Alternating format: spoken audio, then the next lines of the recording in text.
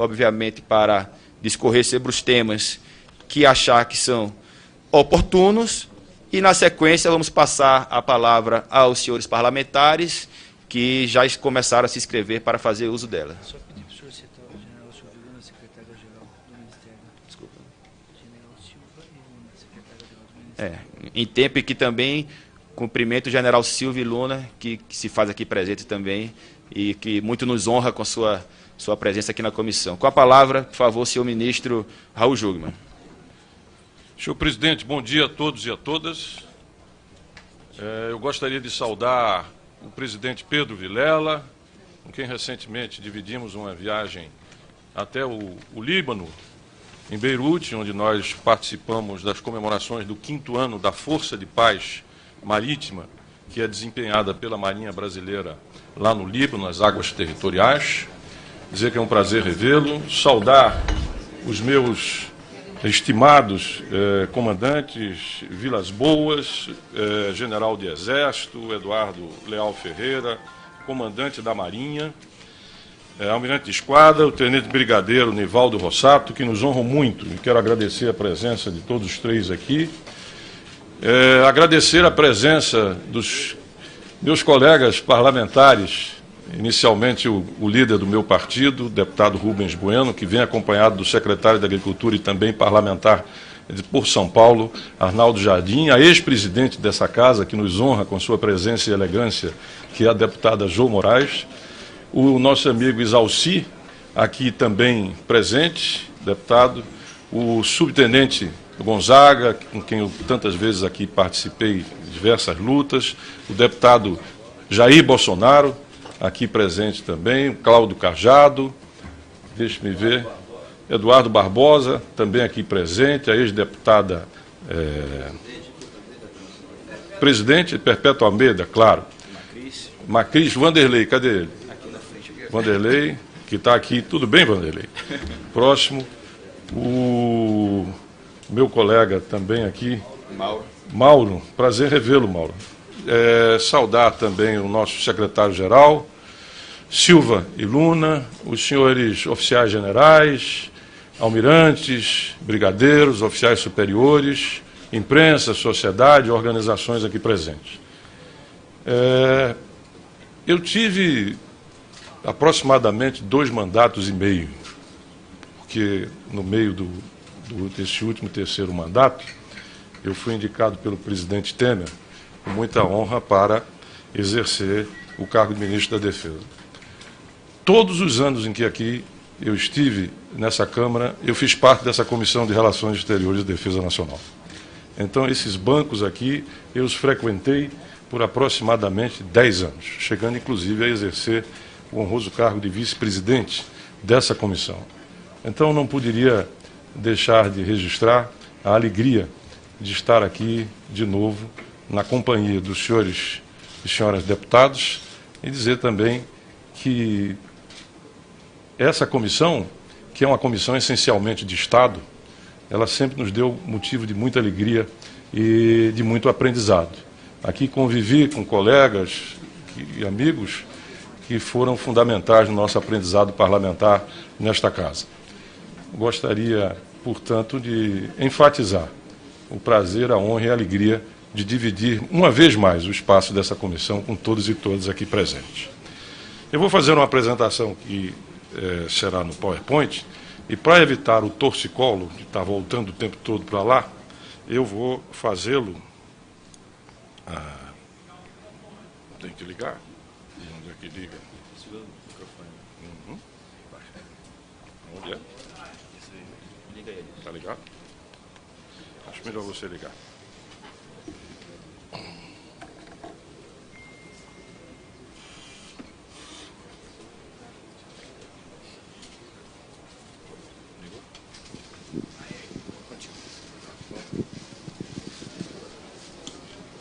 Muito bem. Eu vou começar com alguns dados básicos. Eu acredito que boa parte do plenário já conhece esse dado, mas eu acho que eles são importantes para que a gente possa entrar em outros aspectos que aqui serão desenvolvidos. Em primeiro lugar, a missão do Ministério é a garantia da soberania dos poderes constitucionais, do patrimônio nacional e a salvaguarda dos interesses nacionais, além do incremento da projeção brasileira em termos exteriores. Isso aqui é apenas para exemplificar a estrutura básica do Ministério, ressalvando que aqui não vai ser possível. Basicamente, o Ministério tem como principais assessores o secretário-geral e o Estado-Maior Conjunto das Forças Armadas, que é o brigadeiro Ademir Sobrinho, e em linha estão os comandos do Exército, além de outras... Não, ela não... apesar de funcionar, ela aqui ela não se projeta, porque é tela. Não é projetor, é tela. Então, essa é a estrutura básica do Ministério. O Ministério tem atualmente 1.483 servidores, sejam comissionados, sejam outros, sendo que 51% é exatamente de militares e o restante de civis. Uma rápida evolução institucional do Ministério. Em 99 é criado o Ministério da Defesa. Em 2005, nós temos a Política de Defesa Nacional, que fixa o entorno estratégico da defesa nacional, e sobre a qual nós vamos falar um pouquinho mais adiante. Em 2008, a Estratégia Nacional de Defesa, que foi um marco fundante do qual eu participei muito, inclusive da sua elaboração na época do ministro Jobim, tendo sido, inclusive, relator aqui na Câmara do projeto de lei complementar 136, que definiu exatamente os setores estratégicos do Ministério. A Lei Complementar 136, que eu me referi ainda há pouco, que cria o Estado-Maior Conjunto, a Secretaria de Produtos de Defesa, aqui representado pelo seu secretário Flávio Basílio, e coloca o conceito da interoperabilidade, que é fundamental na defesa moderna e na relação necessária entre as forças singulares e a sua atuação conjunta. Em 2012 vem a Lei 12.598, que é a lei que, de certa forma, é o marco, por assim dizer, da base industrial de defesa, essencial para a autonomia e soberania do nosso país. E, em 2013, é criada a Secretaria-Geral, que, para nossa honra, é exercido pelo general Silvio Luna. Aqui, uma rápida noção de como é que se distribui regionalmente as nossas Forças Armadas. Nós temos um maior peso no Sudeste, com aproximadamente metade dos efetivos, afinal, essa é também a região mais desenvolvida e mais populosa do país. Em seguida, pelo Sul, com aproximadamente 16%, e em condições praticamente iguais, Centro-Oeste, Nordeste, e um pouco a menor, com 65 mil efetivos, o Norte do país. Se nós somarmos ativos, inativos, pensionistas e anistiados, nós temos um total de 750 mil servidores, na ativa 374, inativos 152, pensionistas 219 e anistiados 4 mil. Por força, nós temos, entre ativos e inativos, Ministério da Marinha 185, Exército Brasileiro 420 e FAB 144. Qual é o nosso papel? O nosso papel aí está demonstrado. É exatamente a defesa e a soberania de um país que tem 8 milhões e 500 mil quilômetros quadrados, que tem 17 mil quilômetros de fronteira, ou seja, é a terceira maior fronteira do mundo, e evidentemente também fonte muitas das nossas dores de cabeça, que nós aqui também vamos conversar sobre isso. Temos 10 países limítrofes, um litoral de 7 mil praticamente e 500 quilômetros, que nós temos que cuidar, 206 milhões de habitantes e um mar territorial, zona exclusiva econômica, etc., que chega praticamente à metade do nosso território nacional. Somando tudo, nós temos 13 milhões entre mar e terra, e além dessa imensa fronteira, 17 mil quilômetros para cuidar. Então, de fato, é uma tarefa extremamente ampla, abrangente, de um país que necessariamente é praticamente um continente. Além disso, na área da segurança pública, nós exercemos garantia de lei e da ordem, que inclusive tem se amiudado ultimamente, por conta de dificuldades ou problemas que têm acontecido desde a eleição em São Luís, passando pelo Rio Grande do Norte, e obviamente no caso dos grandes eventos, como sempre lembrado, os Jogos Olímpicos e Paralímpicos, e apoio às eleições, onde nós tivemos no primeiro turno em praticamente 500 cidades, apoiando as eleições, tanto no processo de apuração, tanto no processo de votação como de apuração. No apoio à sociedade, nós temos diversos programas. O Soldado Cidadão, que é um projeto que eu, pessoalmente, tenho um carinho especial por ele, porque ele significa que o conscrito, quando ele sai do seu período de alistamento, ele sai com uma função, ele sai com uma profissão. E eu estou trabalhando junto ao setor privado, junto às confederações, federações, e quando eu digo eu, estou falando institucionalmente, é o Ministério, claro, todos trabalham nesse sentido, que é de ampliar esse programa. Nós temos alguma coisa como o número de alistáveis por ano, é algo em torno de 1.700.000, mas nós só conseguimos, de fato, torná-los conscritos e servir durante um ano, que é o prazo legal, em torno de 90.000. Então, os senhores vejam que, se cresce esse programa, nós podemos, de fato, ampliar esse trabalho, que é fundamental para dar essa juventude, certo? Algum tipo de profissão, algum tipo de orientação profissional.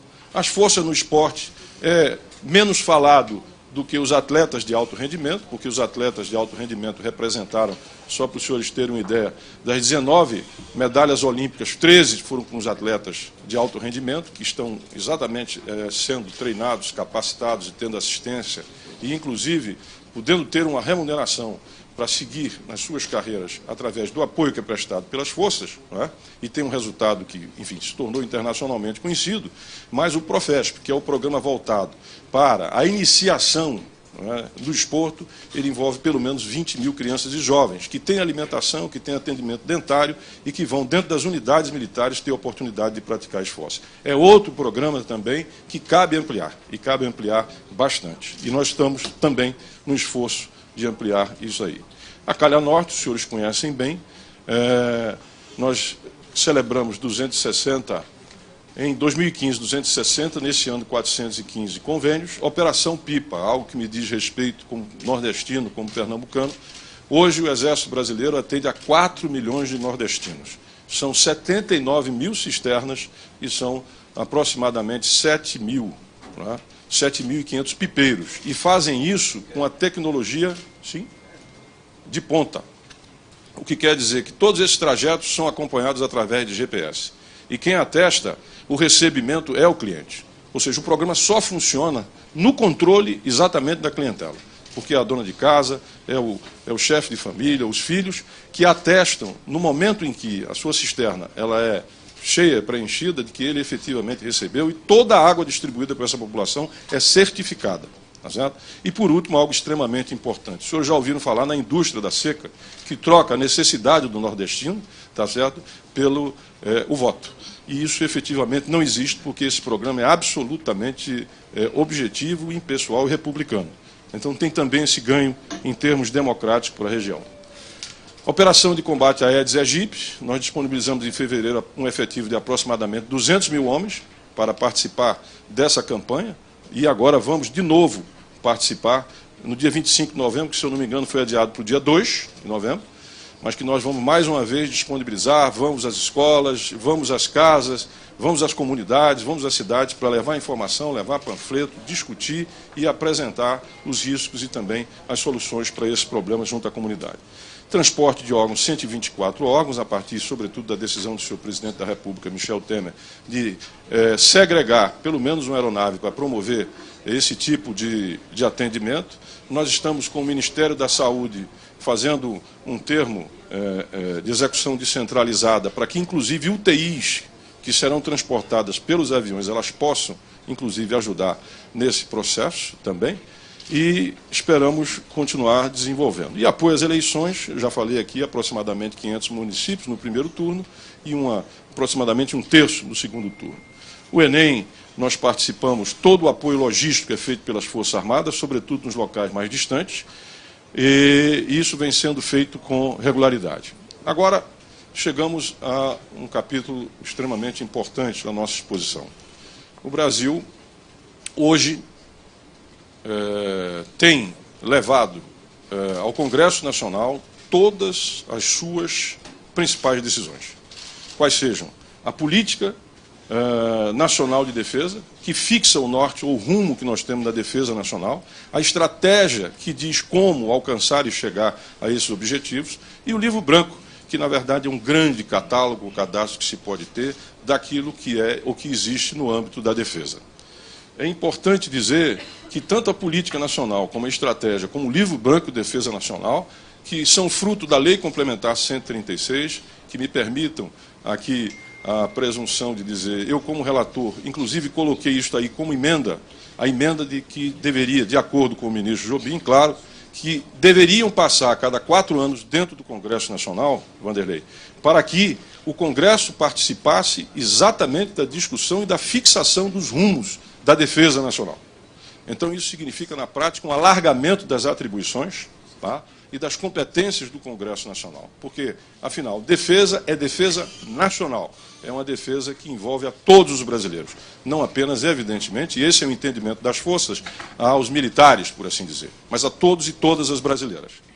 E, inclusive, nós acabamos de mandar, aliás, o presidente da República acaba de mandar essa nova atualização para conhecimento do Congresso Nacional. Aqui, apenas para lembrar, historicamente, como nós tínhamos essas diretrizes antes estabelecidas, até praticamente 96, quando nós temos a primeira política de defesa nacional, ela passa a ter essa característica e as subsequentes, a criação em 99 do Ministério da Defesa e as atualizações que estão sendo feitas e que eu espero sejam objeto de discussão nessa comissão e de todo o Congresso Nacional, porque, enfatizo, isso é algo que tem a ver com toda a nação, com todos os brasileiros, independentemente da sua cor, da sua posição social, assim por diante. Os principais conceitos em termos de defesa, apenas para rapidamente lembrar, os 4 grandes Ds, defesa, desenvolvimento, diplomacia e democracia. Esses são os fundamentos da nossa política e estratégia nacional de defesa. Estão aí configurados os principais conceitos com os quais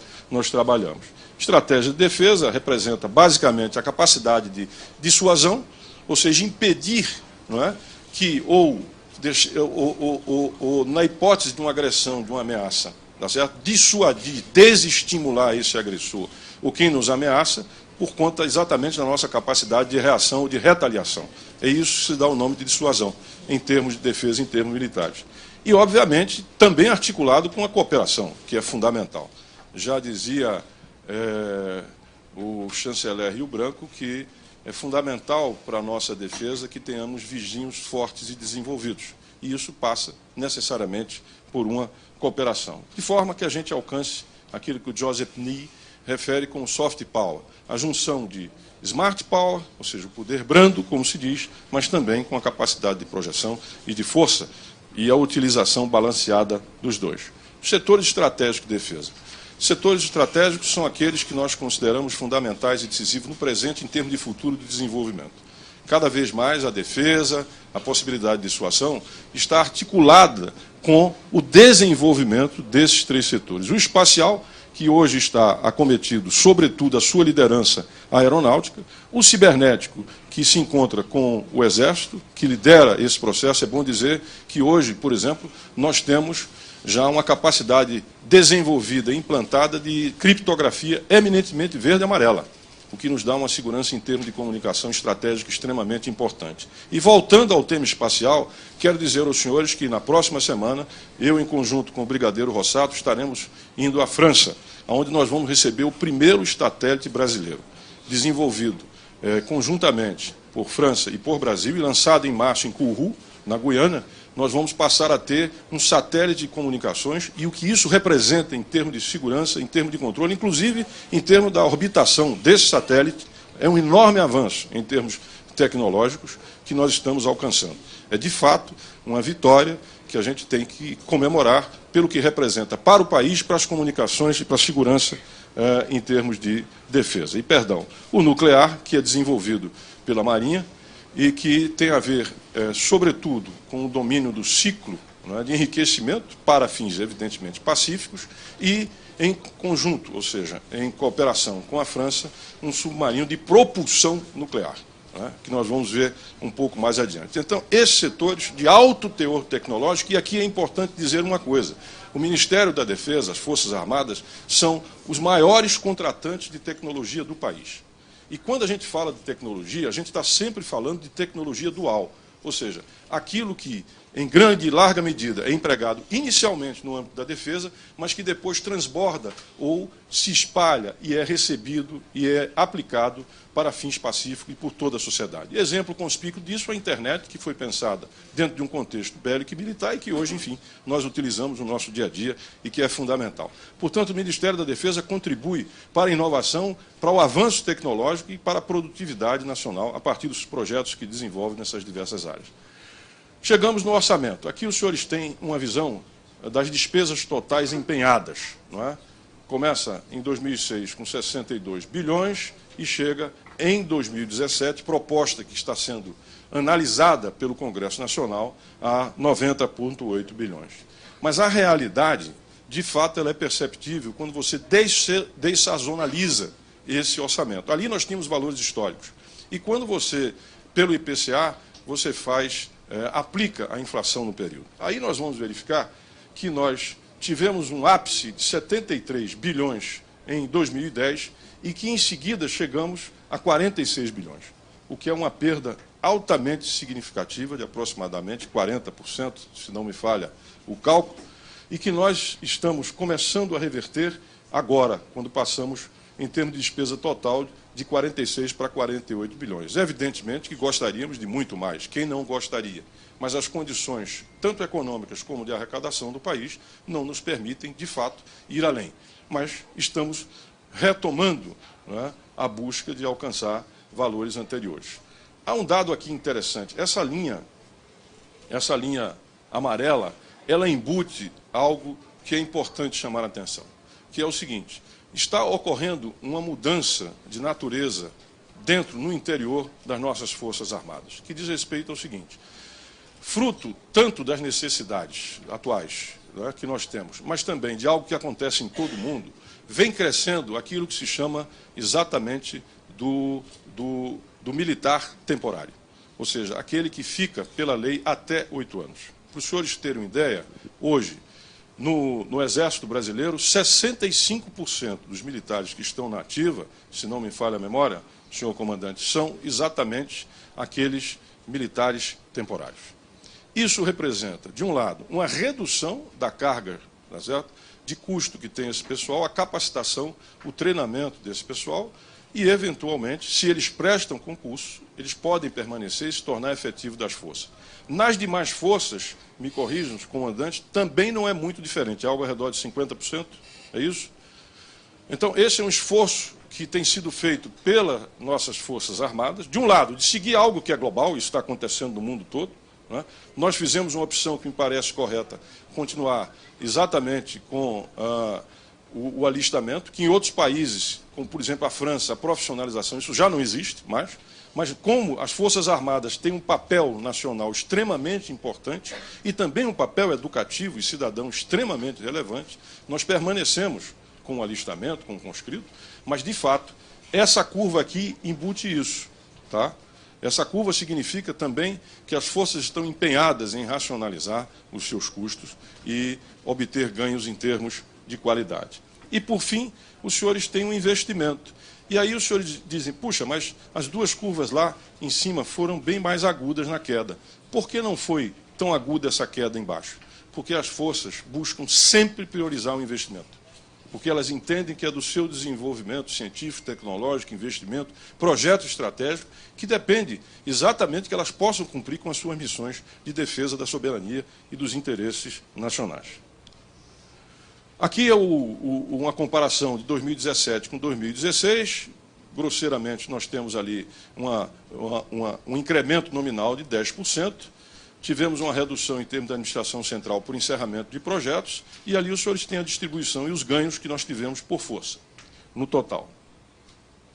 A lei orçamentária de 2017, ali está devidamente especificada entre a administração central, Marinha, Exército e Aeronáutica, correspondendo a 90,8 bilhões de reais.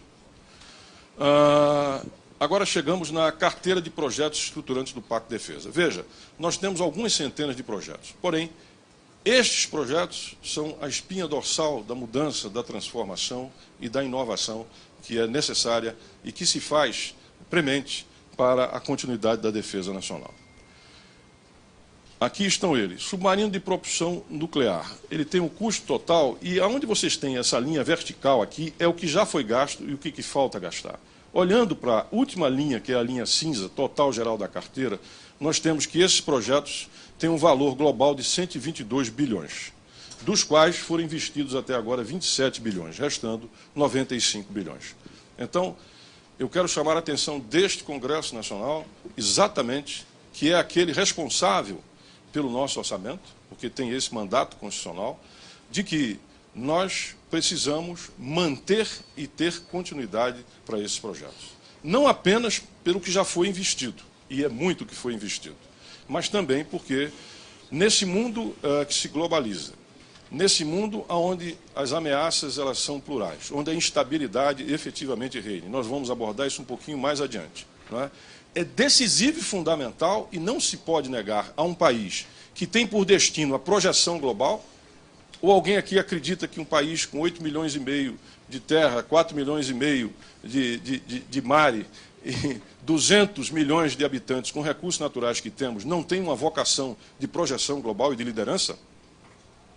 E nós não podemos responder a isso se nós não tivermos capacidade, não é, dissuasória e se nós não acompanharmos aquilo que é hoje o caminho de todas as forças de defesa mundo afora. Caso a caso, submarino de propulsão nuclear, já foi 1,8 bi, total ainda falta 7,1. Os submarinos convencionais, que são 4, e se eu não me engano 3 já se encontram em estaleiro sendo desenvolvido em fase diferenciada, não é isso? Dos 4, são submarinos a diesel. Eu vou dar só um exemplo, um pequeno exemplo a respeito do que é que representa isso. Os senhores se lembram da Guerra das Malvinas? Claro, todo mundo aqui lembra o que aconteceu em 1982. Pois bem, toda a esquadra argentina não pôde deixar os portos por conta de um submarino inglês, atômico. Por quê? Dada a sua velocidade de deslocamento, ele inferniza qualquer marinha do mundo. Então, o exemplo colhido lá, e nós temos 7.500 quilômetros de fronteira, lembrando que temos o pré-sal e temos áreas absolutamente críticas de interesse nacional para serem preservadas, não é? Então, isto daqui não é um capricho, não é um projeto saído das brilhantes cabeças da Marinha. Não. Isto é uma necessidade em termos de defesa. E essa necessidade, ela tende a se tornar mais crítica, e nós vamos abordar isso adiante. Então, este é um projeto, como os demais, muito estratégico. Submarinos convencionais, já falamos. A tecnologia nuclear, que é o desenvolvimento do processo, o ciclo completo de enriquecimento. Estaleiros de base naval, para poder ter essa frota de submarino, inclusive o nuclear, que ali se encontra, ainda faltam 6,8. O Guarani é a atualização e modernização dos nossos blindados. Tá? Ele representa exatamente a mudança pela obsolescência dos outros blindados, exemplo do Urutu, exemplo do Cascavel, que estão aí modernizados, atuando, mas nós precisamos ter esse veículo sob rosa, porque hoje não existe possibilidade real de defesa ou de atuação de forças de exército que não sejam acompanhadas ou conjugadas com blindados, seja para transporte de tropas, seja para ataque, seja para defesa. Então, e nós estamos no limite, não é, mais baixo em termos da nossa capacidade de levar adiante esse projeto por contas orçamentárias.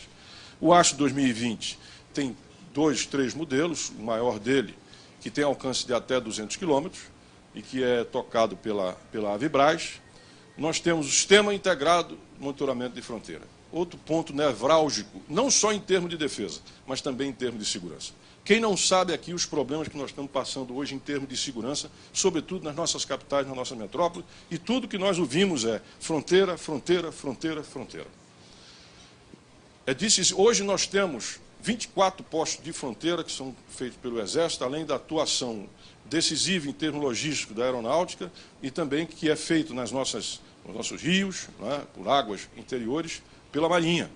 Em vários dos locais não há a menor possibilidade de acesso que não seja através, efetivamente, da aeronáutica e também alguma oportunidade de atendimento de assistência social, só para ficar nesse ponto, por conta da Marinha. E nós temos, particularmente, na nossa fronteira norte, nomeadamente as fronteiras que nós temos, tanto com Bolívia como com Paraguai, mas acima também, em termos de Peru, os senhores sabem que nós temos uma grande frequência de crime transfronteiriço. Os senhores sabem hoje a situação, Exalci, que nós temos no Rio de Janeiro, e não só no Rio de Janeiro, não vamos aqui a particularizar, com os problemas. Olha, o Beltrame me disse que só até outubro, no Rio de Janeiro, foram apreendidos 344 fuzis. Isso dá uma ideia da relevância e também da importância que foi feita na reunião com o ministro Serra com os países lindeiros, sobretudo do Cone Sul. Porque se o crime é transfronteiriço, não adianta você ter o controle apenas do território nacional. Você precisa ter além de território nacional. E aí não se pode ferir a soberania dos nossos países vizinhos. É necessária e urgente essa colaboração. E existem, inclusive, medidas no âmbito do Mercosul, por exemplo, a perseguição de bandidos além fronteira, desde que informando o país vizinho e vice-versa, que precisam ser devidamente implementadas. Não é? Então, essa é uma questão que conecta segurança com defesa.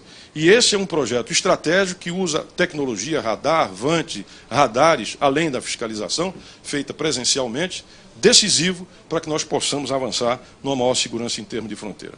O HX-BR é a compra que já está sendo feita, bastante avançada, de helicópteros, né, para estruturar transporte de cargas e tropas, etc. O FX-2 é o conhecidíssimo projeto Gripen, que vai indo muito bem, né?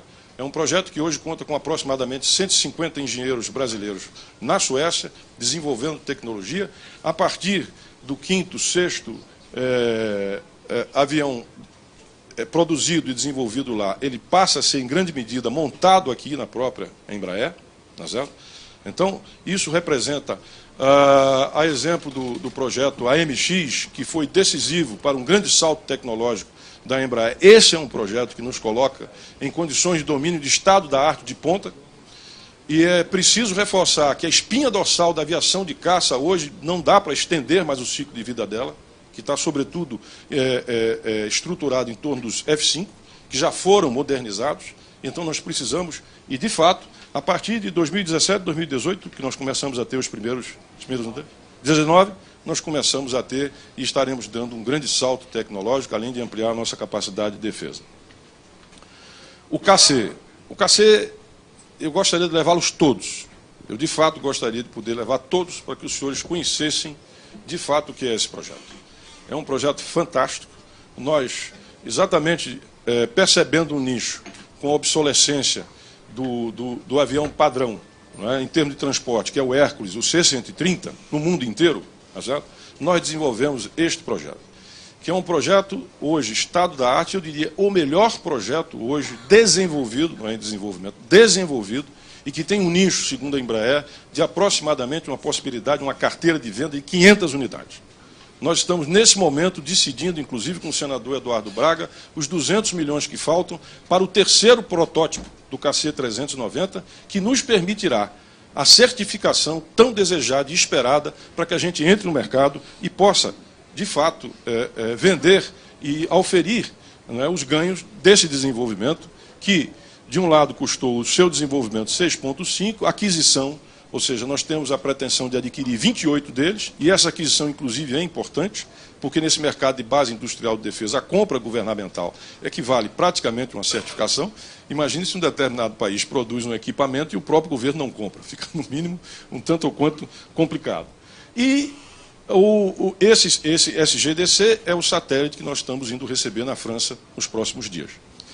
Então, isso dá uma ideia da necessidade que nós temos da cooperação, a participação, o entendimento e o engajamento, não só, presidente Vilela, desta comissão, mas do Congresso Nacional, nesse desenvolvimento, que sem o qual nós ficaremos decisivamente, Bolsonaro, para trás, em termos da nossa capacidade de defesa. E isso não pode, não irá acontecer, tenho certeza, pelo esforço conjunto, tanto da defesa, como também, evidentemente, desse Congresso Nacional. Aqui é uma descrição, mas eu já descrevi, eu vou passar rapidamente, lembrando sempre que investimentos no PAC de defesa representam tecnologia inovadoras, transbordam, como eu já disse, para outros segmentos, geram produtos exportáveis de alto valor agregado, aprimoram a formação de servidores e técnicos e geram milhares de empregos. A importância da base industrial de defesa, a sua atividade econômica, só no Brasil o cluster mobilizou 202 bilhões em 2014, isso é um estudo da FIP, e que dá uma ideia, isso representa algo como 3 pontos do PIB industrial brasileiro. O setor de defesa no Brasil emprega 30 mil trabalhadores diretos, 120 mil indiretos. Comércio exterior no mundo inteiro, isso é um mercado de 247, praticamente 250 bilhões de dólares em todo o mundo. Os multiplicadores econômicos fiscais, para cada R$1 investido, você arrecada 55 centavos em termos de impostos, e o fomento, a base industrial de defesa, que dispensa maiores explicações pelo que representa. Né? Hoje nós estamos passando por um amplo processo de revisão, e de atualização desse setor, que inclui esses eixos estratégicos, que eu vou abordar um a um. Incentivos econômicos, o fim das assimetrias tributárias, entre produtos nacionais adquiridos no exterior. Hoje nós temos assimetrias que esse Congresso vai ser chamado a contribuir neste sentido. Ampliação do regime especial para a indústria de defesa, que veio com a Lei 12.599. Nós criamos um regime especial, mas ele não é utilizado. Praticamente 2 empresas, é isso, Flávio, que estão hoje dentro desse retite, que é decisivo. 2 apenas empresas. E por quê? Nós vamos ver que você tem o TLE, que é exatamente a licitação especial, mas há uma insegurança jurídica. Há uma insegurança jurídica. E que precisa ser resolvida, porque o TSE, quando se pensa ou se dispõe a usar o TLE, tá certo? O termo de licitação especial, o TCU diz você tem que ir para o 86666. Então, para que a lei, para que o 12.598? Essa insegurança jurídica, ela precisa ser efetivamente dirimida. Promoção da inteligência comercial. Incluir o Ministério da Defesa na CAMEX, que é a Câmara de Comércio Externo, onde nós somos anuente de comércio exterior, mas não fazemos parte dessa comissão. Uma política comercial e tarifária específica para o setor de defesa, que nós ainda não temos e que precisamos ter.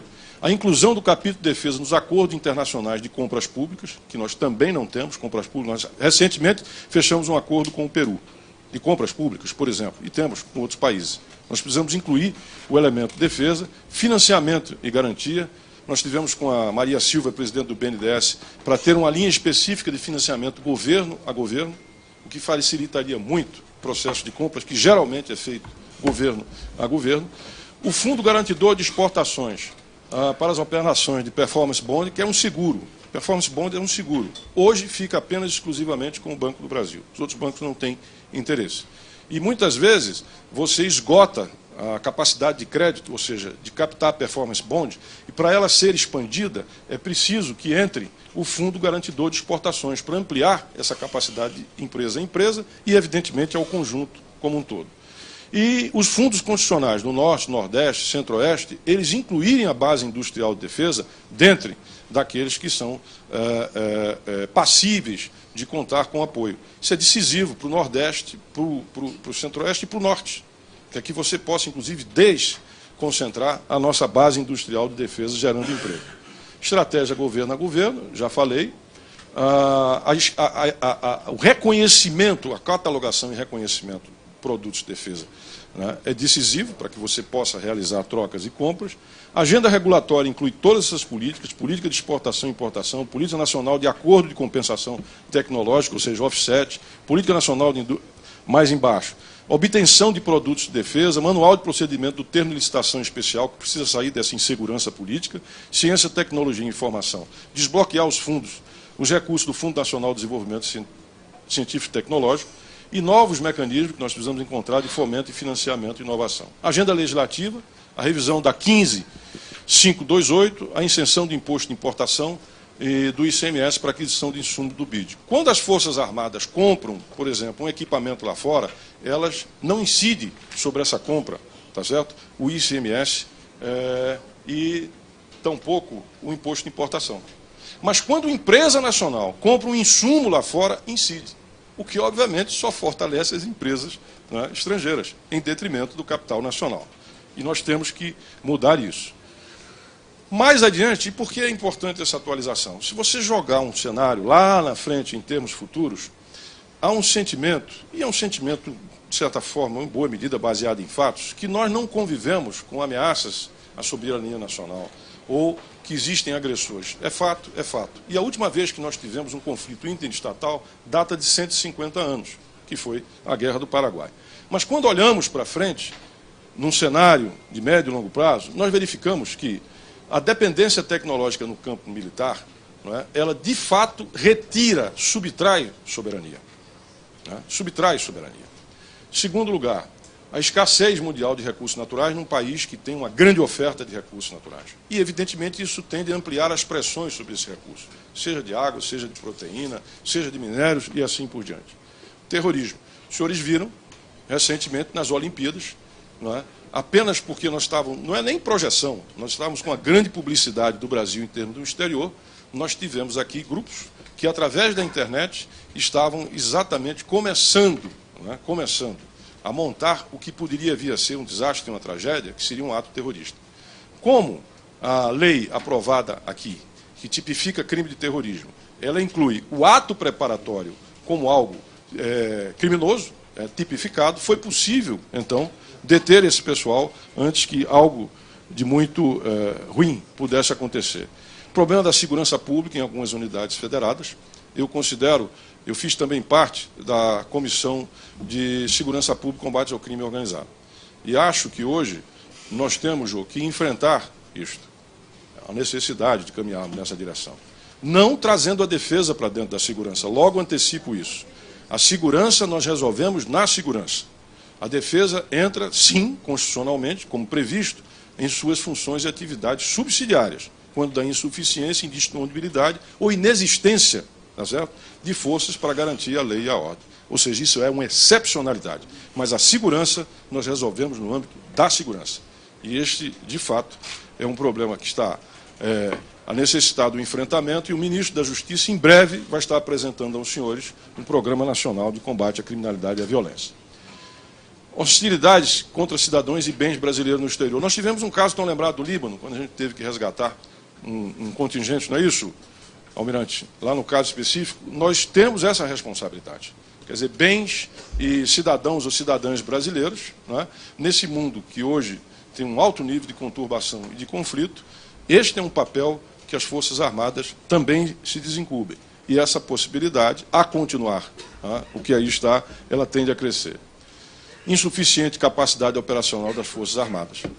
Ou seja, para dar conta, desses desafios, desse quadro, para dar conta da imensidão de tarefas que nós temos, se os senhores derem uma olhada, as Forças Armadas, por exemplo, americanas, elas cuidam de defesa. Em segundo lugar, elas cuidam de defesa. Em terceiro lugar, elas cuidam de defesa. Nós aqui cuidamos de uma pletora enorme de atividades. Citei algumas delas aqui, como é o caso especificamente da água, do carro-pipa, do soldado cidadão, enfim, de qualquer tipo de acidente, o que venha a acontecer, o desastre, nós participamos disso. Enfim, há uma ampla participação social, não é? Em termos de fronteiras, de guarda, de polícia repressiva, preventiva na fronteira, no caso de crimes transnacionais e ambientais e assim por diante. Não é? Então, isso significa um peso e uma responsabilidade adicionais, e essa capacidade operacional precisa ser mantida e atualizada. A vulnerabilidade do sistema de informações crítico, hoje nós temos essa capacidade, mas se nós não investirmos no desenvolvimento, não é? Por exemplo, da criptografia e da manutenção desses sistemas, nós teremos problemas em termos futuros. Catástrofes naturais e pandemias, está aí na ordem do dia a questão do meio ambiente e dos seus problemas derivados, por exemplo, do aquecimento do clima, instabilidades políticas e sociais dentro de países limítrofes vizinhos. Nós estamos vivendo uma cena, nós estamos vivendo hoje uma questão, como por exemplo na Venezuela. O problema vivido pela Venezuela faz com que hoje, só para dar um dado aos senhores, na fronteira com Roraima, nos últimos 3 meses, os casos de malária pularam de 46 para 1.125. Os casos de AIDS eles estão explodindo. E é um país, efetivamente, irmão, que nós temos que procurar ajudar. Tá?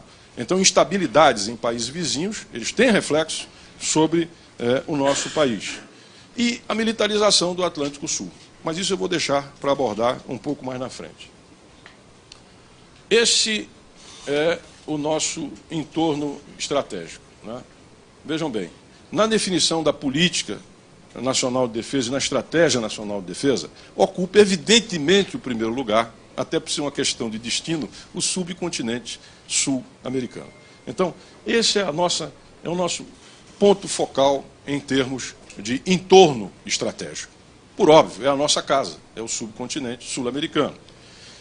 A ampliação desse entorno, ele atravessa o Atlântico Sul, que está ali entre nós, e chega aos países da costa ocidental da África e um pouco mais. Está um tanto ampliado, mas a nossa grande preocupação estratégica.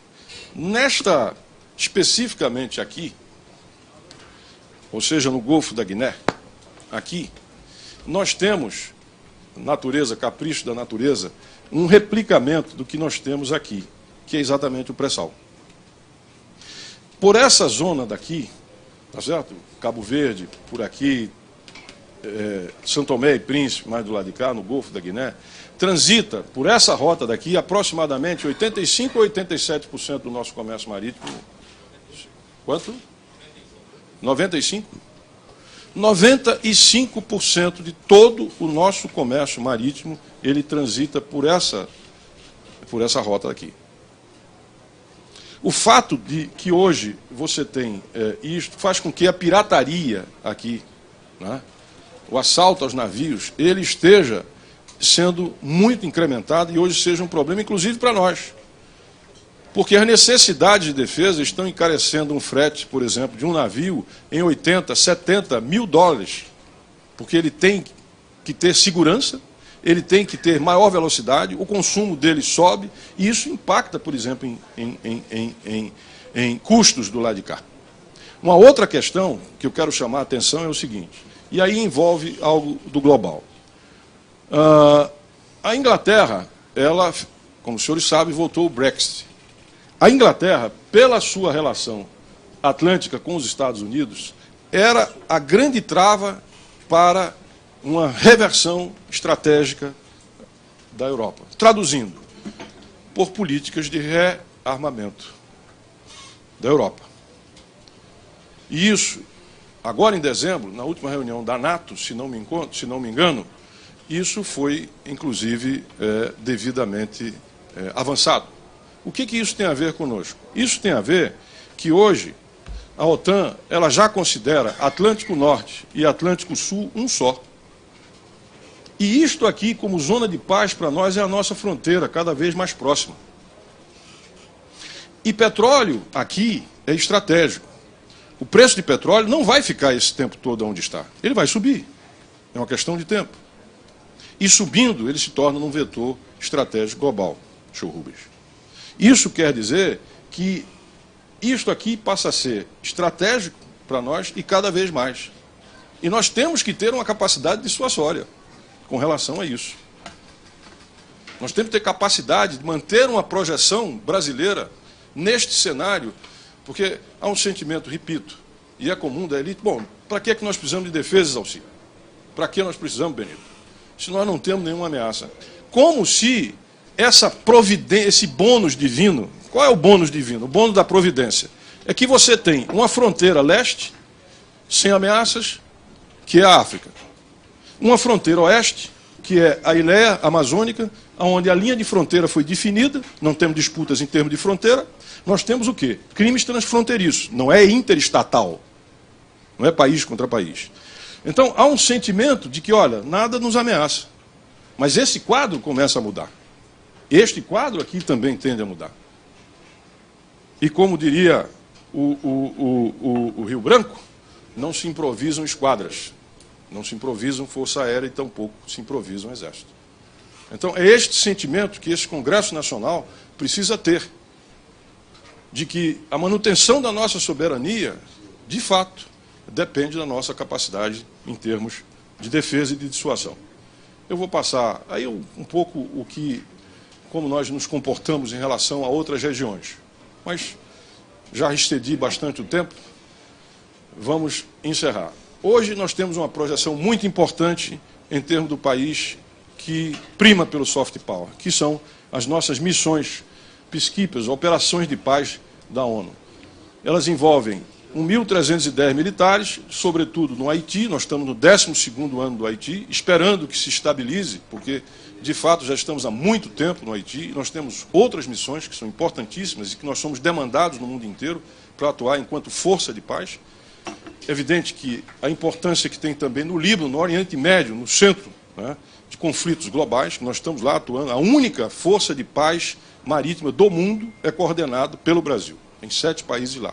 E todas essas outras missões, que eu não vou descrever aqui, onde nós temos desde observadores até uma participação.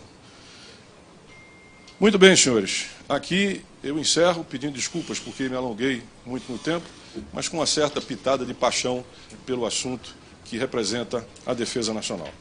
Mas, sobretudo, quero transferir o mérito dessa apresentação aos militares brasileiros. Militares e civis que fazem o Ministério da Defesa, com compromisso, com denodo e, sobretudo, com enorme abnegação.